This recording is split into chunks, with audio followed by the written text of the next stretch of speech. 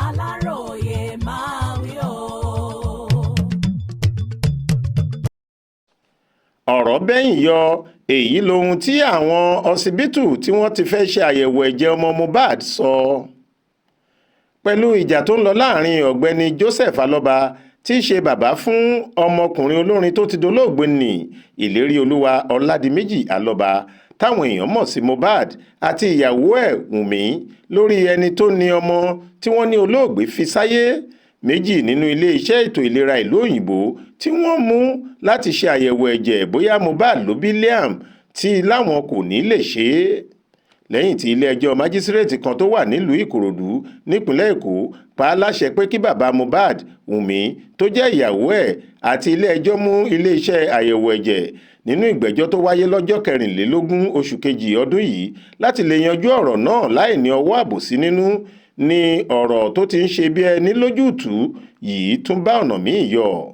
Ọ̀gbẹ́ni Ọládayọ̀ Ògúngbè tí í ṣe agbẹjọ́rò ìdílé Alọ́ba lórí ọ̀rọ̀ àyẹ̀wò ẹ̀jẹ̀ DNA sọ pé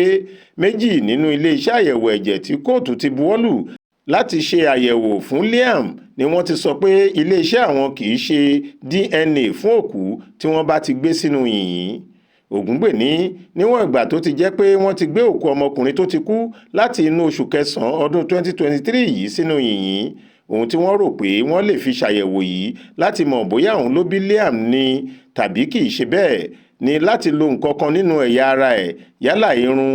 àwọ̀ ojú ẹ̀ tàbí nǹkan míì tó jẹ́ ti inú ara rẹ̀ dípò ẹ̀jẹ̀ tó jẹ́ pé òun ló wọ́pọ̀ jù. Bákan náà ni adájọ́ májísírèètì yìí B.A. Ṣónúgà jẹ́ kó yé wọn pé wọ́n máa yan ẹnìkan bí ẹlẹ́rìí láti mójútó bí wọ́n ṣe máa gba àwọn nǹkan tí wọ́n fẹ́ yẹ̀wò lára Liam àti Mohbad níṣojú àwọn tọ́rọ̀ kàn àti lọ́ọ̀yà ẹnìkọ̀ọ̀kan wọn. Àwọn iléeṣẹ́ àyẹ̀wò ẹ̀jẹ̀ ìyẹn laboratory mẹ́tẹ̀ẹ̀ta tí wọ́n forúkọ ẹ̀ sílẹ̀ pé wọ́n fẹ́ lò ní DNA Diagnostic Center Fairfield, Ohio lórílẹ̀‐èdè Amẹ́ríkà èyí tí bàbá Mohbad fúnra rẹ̀ fi kalẹ̀ pé òun fẹ́, Alpha Biolabs Warrington ní United Kingdom èyí tí Wùnmí fi kalẹ̀ àti Advanced Histopathology Laboratory Limited London lórílẹ̀‐èdè UK bákan náà èyí táwọn kóòtù faramọ́ láti ṣe tiwọn. Ògúngbè fi kún ọ̀rọ̀ rẹ̀ pé kí wọ́n tó bẹ̀rẹ̀ ìgbésẹ̀ láti gba ohun èlò àyẹ̀wò lára bàbá àti ọmọ yìí ni àwọn aṣojú bàbá Mohbad ti lọ ṣèwádìí láti mọ̀ bóyá àwọn iléeṣẹ́ tó ń ṣe àyẹ̀wò ẹ̀jẹ̀ tí olùjẹ́jọ́ àti kóòtù mú láti ṣe irú àyẹ̀wò bẹ́ẹ̀ níléeṣẹ́ wọn máa ń ṣe é. Ó ní èsì tí Alpha Biolabs àti Advanced Histopathology tí Wùnmí àti kóòtù mú fún wọn ni pé àwọn kì í ṣe àyẹ̀wò DNA lórí òkú tí wọ́n ti gbé sínú yìnyín fún ọjọ́ pípẹ́. Ọkùnrin agbẹjọ́rò yìí ní kì í ṣe gbogbo iléeṣẹ́ tó ń ṣe àyẹ̀wò ẹ̀jẹ̀ ló ní irinṣẹ́ láti ṣe irú àyẹ̀wò yìí, àwọn sì ti fi àkọsílẹ̀ nǹkan táwọn méjèèjì sọ sínú ìwé ìpẹ̀jọ́ níwájú kóòtù. Ó ní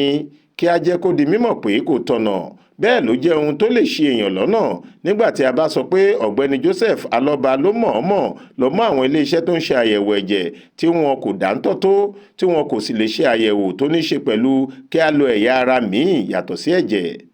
Ó ní pẹ̀lú inú mímọ́ láti jẹ́ kí nǹkan lójútùú kó sì yọrí sí rere ní ìbámu pẹ̀lú òfin ní gbogbo ìgbésẹ̀ tí mọ̀lẹ́bí bàbá Mohbad ń gbé báyìí.